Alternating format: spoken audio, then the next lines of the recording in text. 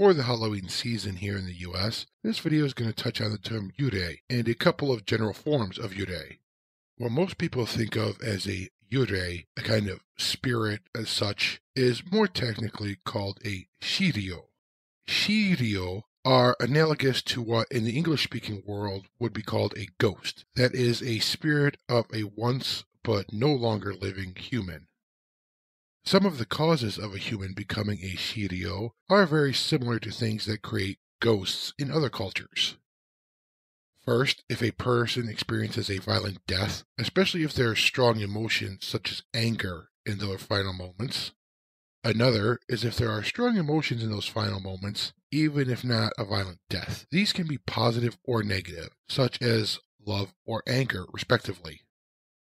If the proper funerary rituals and ceremonies and/or the follow-up rituals are not performed, or if they are performed improperly, then a spirit may not be able to rest in peace. And the final one I will mention here, not to say it's the only way, but the last one I will mention in this video, if the person had some kind of unresolved desire or purpose in life. Most Shiryō can be removed from our physical world, either through helping them achieve their purpose, carrying out the proper funerary rituals, helping them come to terms with their emotions, helping them achieve their unfulfilled desires, or what could be called forcibly, through various rituals as a kind of exorcism. But they are not all of equal strength, I guess you could say, and therefore not equally easily to be removed.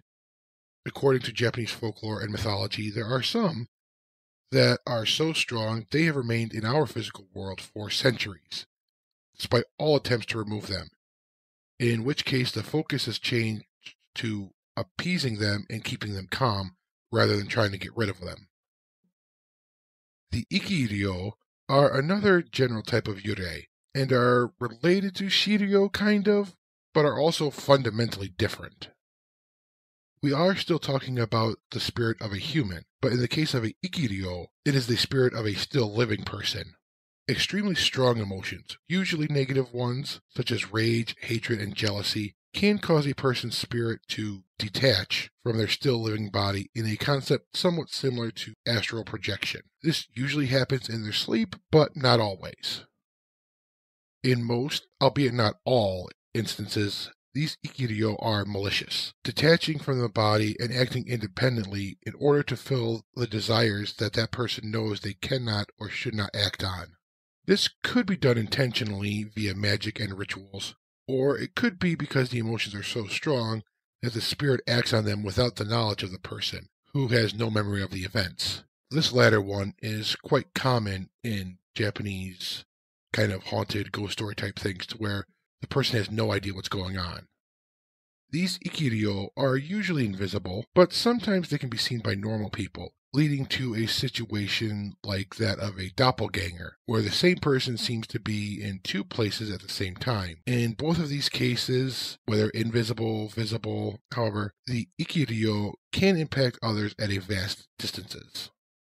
As Ikiryō are usually malicious, their actions often led to serious illness or injury, seemingly bizarre accidents, death, stillbirths, miscarriages, severe madness, and so on.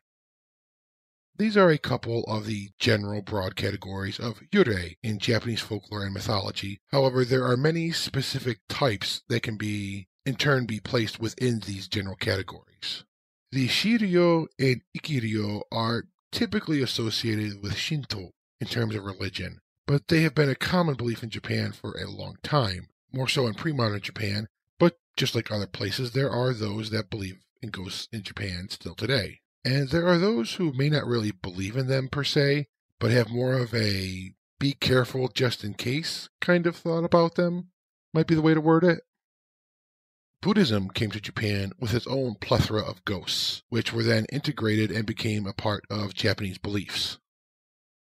Another aspect is that there are many beliefs about ghosts that are local or regional, which may not apply to other places in Japan. Like many things in Japan, especially pre-modern Japan, Japanese religion, mythology, folklore are very rich and complex. There are many kinds of what could be called supernatural or paranormal creatures or entities, In addition, there are layers to them, as well as all sorts of different types and categories. There are different words that can refer to the same thing. The same word can refer to different, sometimes contradictory things. So it's a little bit messy, but hopefully this video has helped a little bit. Thank you so much for joining me and watching this video. I appreciate you giving me your time. Please check out the playlist for other videos on kanji and vocabulary words by myself and Anthony Cummings. Until next time, お疲れ様でした.